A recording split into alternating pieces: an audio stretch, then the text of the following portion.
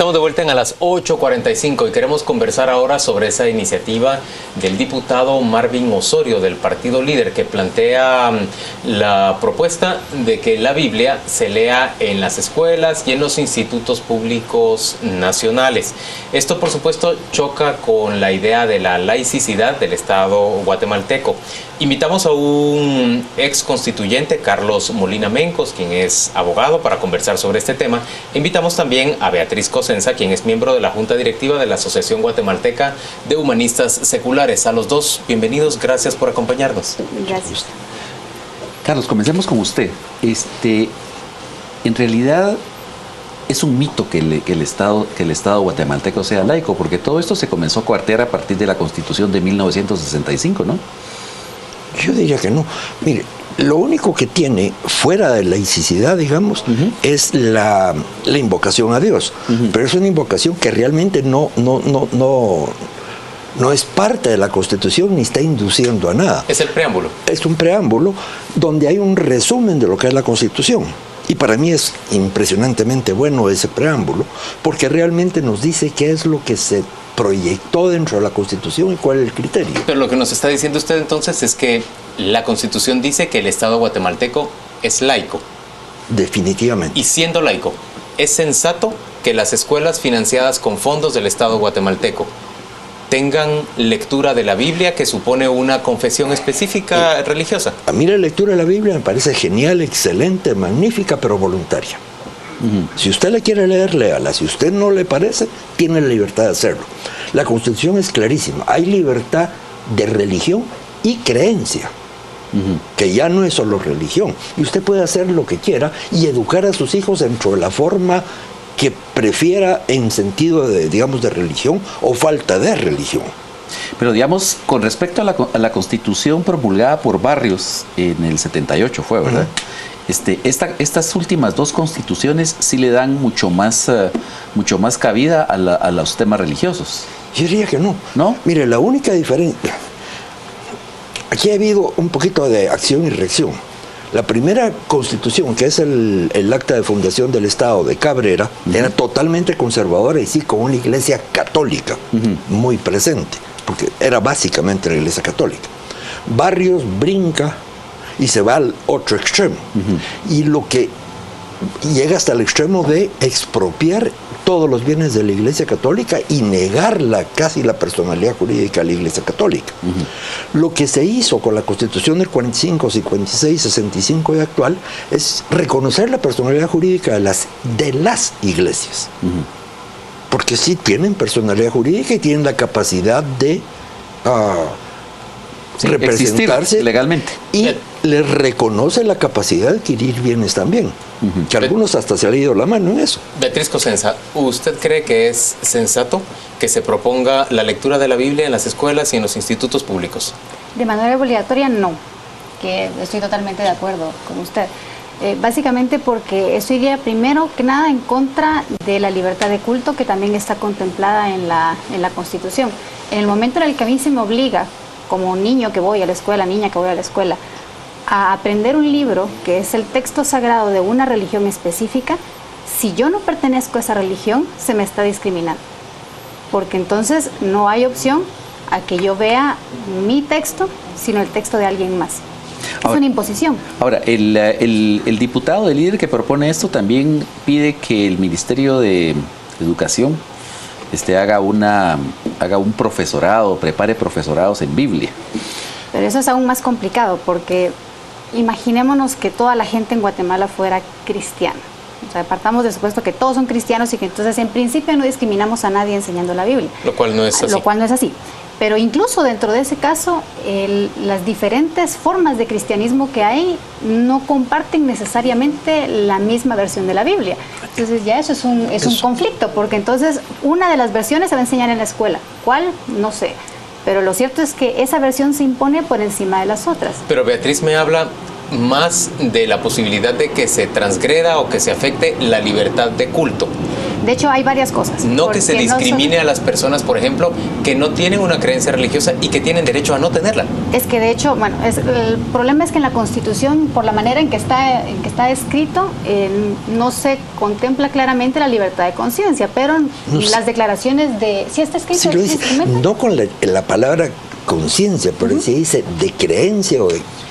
que es básicamente lo mismo. La creencia implica la no creencia también. Implica aún la negación, el agnóstico o el ateo están protegidos y garantizados en su posición también. ¿Tiene sentido que el Estado gaste fondos en facilitar la lectura de un texto sagrado, de una religión, en una escuela pública?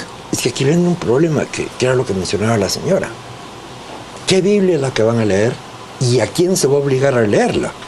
Hay Biblias católicas, luego los luteranos y los presbiterianos tienen sus respectivas versiones de Biblia. Está la Biblia de Saint James, de los anglicanos. Hay una plebe de Biblias.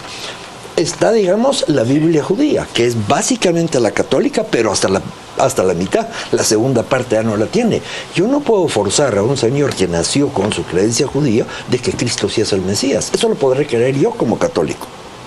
Sí.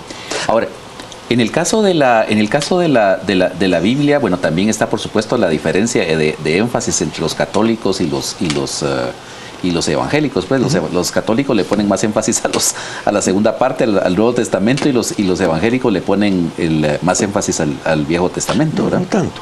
Y eso es hablando solo de los cristianos, que era como lo primero que habíamos planteado. Pero luego está la cuestión de que hay personas no cristianas. Entonces, ¿cómo se sentirían los cristianos si en algún momento les dijeran, miren, vamos a enseñar el Corán o vamos a enseñar algún otro texto?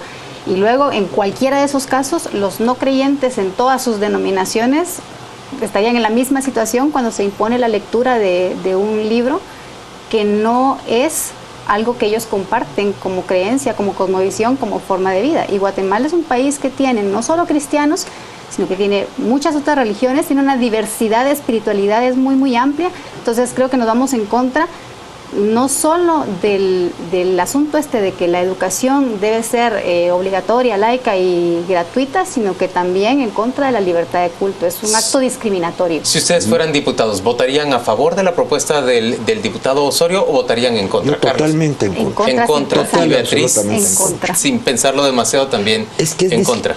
Es que va en contra de la libertad. Mire, la Constitución Política de la República se llama así porque no constituye una democracia, constituye una república.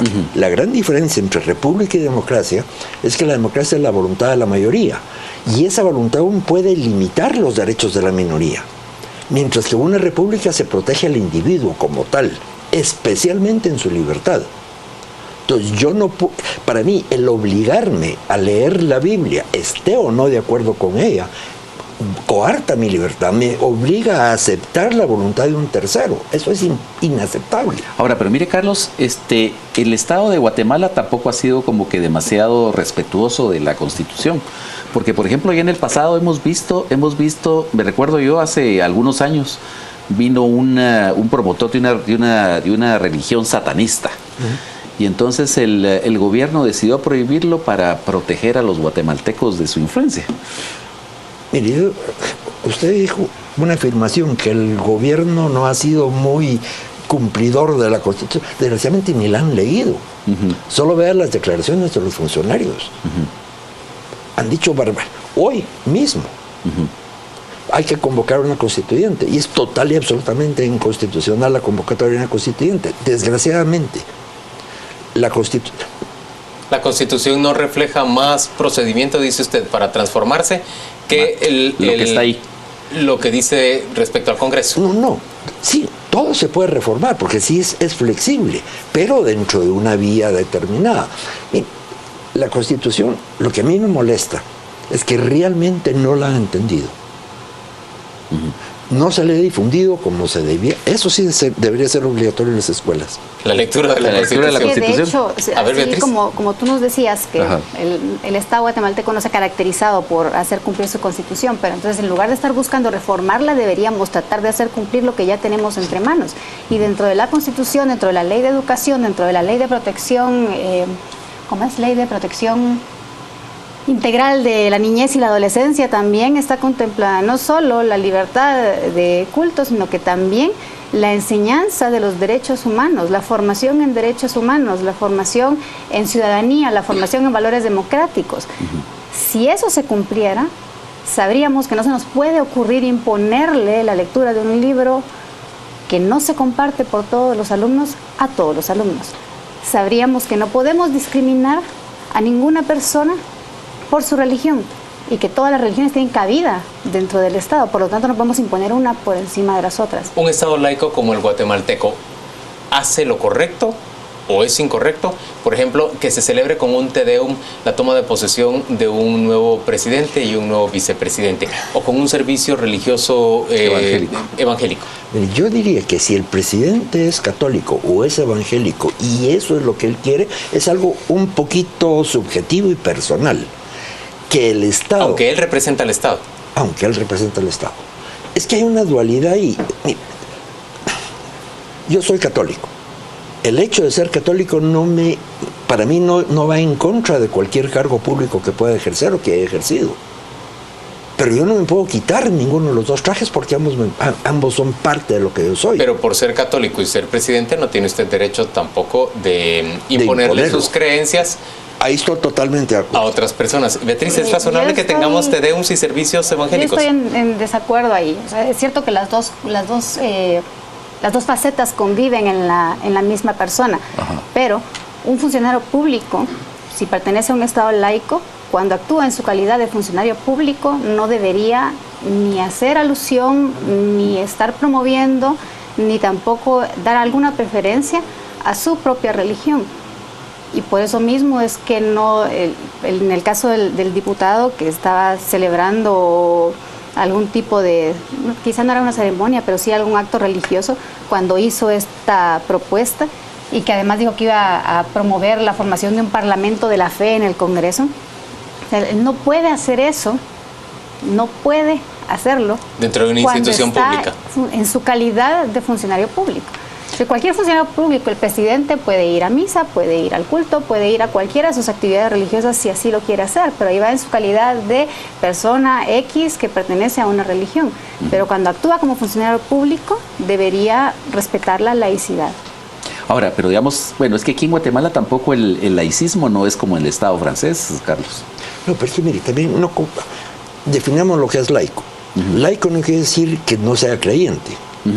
Es decir, el Estado laico en el sentido acepta la existencia de Dios, pero no promueve ninguna religión oficial. Okay. Eso es a donde vamos. ¿Usted está de acuerdo con esa definición, Beatriz, de laicidad del Estado? De laicidad en sí misma, no. Yo lo veo más desde el punto de vista de la separación de la Iglesia y el Estado. O sea, el Estado es laico, ¿por qué? Porque está totalmente separado de la Iglesia. Entonces... ¿De la Iglesia o de creencia religiosa? Pongámoslo así más claramente, de creencias religiosas en general. Por lo mismo no puede favorecer ninguna, no puede dar ventajas a ninguna, no puede imponer ninguna tampoco. Ahora, pero la tradición aquí en Guatemala, por ejemplo, es que, bueno, recordemos el vergonzoso juicio de lo que sometieron la Iglesia Católica a los candidatos en las elecciones hace 4 años, ¿verdad? Por ejemplo. O los días de oración a los que convocan los evangélicos, y en donde Colón dijo que Dios creó a Adán y Eva y no a Adán y Esteban. Sí, todo ese tipo de cuestiones al final terminan entremezclando la política con la religión y hacen una melange rara.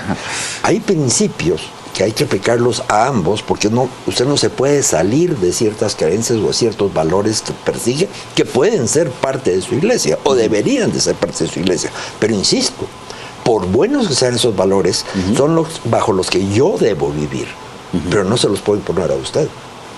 Puedo tratar de convencer tal vez que la honradez es uno de los factores más importantes del hombre, pero no puedo obligar a nadie a ser honrado. Debería poderlo hacer. Pero la libertad... La república lo que otorga es la libertad absoluta al individuo y proteger la libertad de ese individuo. ¿Deja el Estado guatemalteco el derecho de las personas a simple y sencillamente carecer de una creencia religiosa? No de manera explícita. Es decir, en ese sentido estamos protegidos, tanto los no creyentes como los creyentes. O sea, todo el mundo está protegido ahí. Nadie me lo puede imponer, ni yo se lo puedo imponer a nadie más. Pero los humanistas seculares no se sienten no ni se perseguidos, ni limitados, ni vejados por el eso Estado. es a lo que voy. Por el Estado, no. Sin embargo, en la práctica, a la hora de hablar de cómo se manejan las cosas en la sociedad, sí hay una cierta presión de tipo discriminatoria, en el sentido de que existe el prejuicio de que una persona que no profesa ninguna creencia religiosa no tiene un sistema de valores al cual adherirse. Y eso es totalmente falso. Es decir, la moral no proviene de una religión ni está dictada por una religión, sino que puede venir ya sea de una religión o bien de otro tipo de principios. Y una persona que es humanista, lo que le interesa es el bien común, los derechos humanos. Ese tipo de cosas, por ejemplo, son las que nos van a regir. No vamos a estar haciendo algo que necesariamente va a causar un daño, va a limitar los derechos de otra persona, y esa es la lógica bajo la cual uno se mueve. Carlos Molina tiene la última intervención sobre este tema. ¿Se veja en el Estado guatemalteco, se limita en el Estado guatemalteco a los no creyentes? Yo diría que no. Podría haber ciertas personas que lo hicieran, pero sería una acción totalmente... Como presión social. Es como social, no es una cosa que pero sea... yo diría que eso no existe en Guatemala, por la gracia de Dios. Gracias a ambos por acompañarnos a las 8:45. Vamos rápidamente con Juan Carlos Sandoval para saber qué dicen nuestros televidentes, tanto en Twitter como en Facebook. Adelante, Juan Carlos. Gracias, Juan Luis. Revisamos las redes. Carlos Mesa nos dice: una ley como la lectura obligatoria de la Biblia es una estrategia para ganarse a las mayorías, pero totalmente inconstitucional. Edic, Constitución se lee, explica e investiga. Educación del Estado, hay constituciones para el ciclo, es lo que nos dice Alejandro Morales. Esa propuesta que atenta contra la libertad y socava al Estado laico tiene un perverso trasfondo electoral, es lo que nos plantea Alejandro. También en las redes nos dice José Pablo, el señor Gustavo Berganza, en esta entrevista dio declaraciones a la ligera acerca del énfasis que cada religión hace de la Biblia, es lo que le plantea José Pablo.